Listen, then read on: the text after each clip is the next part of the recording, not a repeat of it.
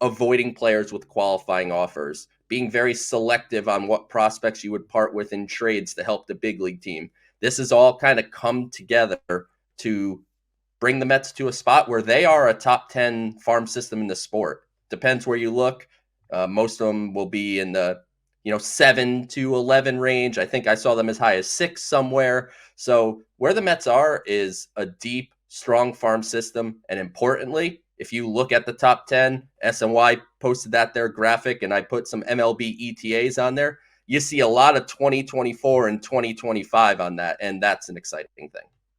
Yeah, I think for me, what stood out, I talked to you so much about all these players that nothing in the top 10 ever comes as a surprise or even anything like that. But it's outside the top 10 when you look at someone like Marco Vargas that came back from the David Robertson trade, or you even look at somebody at 14, Jeremy Rodriguez, that was the return in the Tommy Pham trade.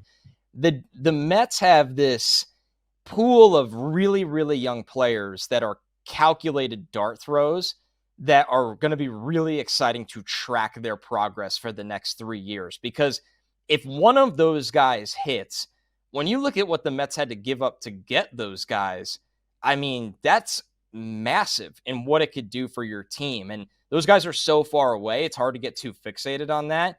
But they were viewed the way they were from the systems they came from and an international free agency, that there is a lot of hope for them in the system.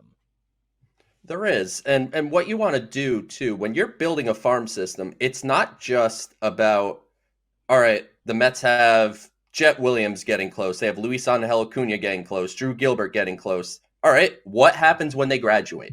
Does your system drop to 27th in the sport? You know what I mean? Like, you want to build it where you have these guys at the lower levels that have talent that, in a year and a half, when those names I mentioned are off the list, these guys are now reaching the upper minors and they slide into those spots. Like, that's the whole objective of building a sustainable farm system over time. It's not just having a top couple guys getting excited when they make the majors, and then it's just like, now what?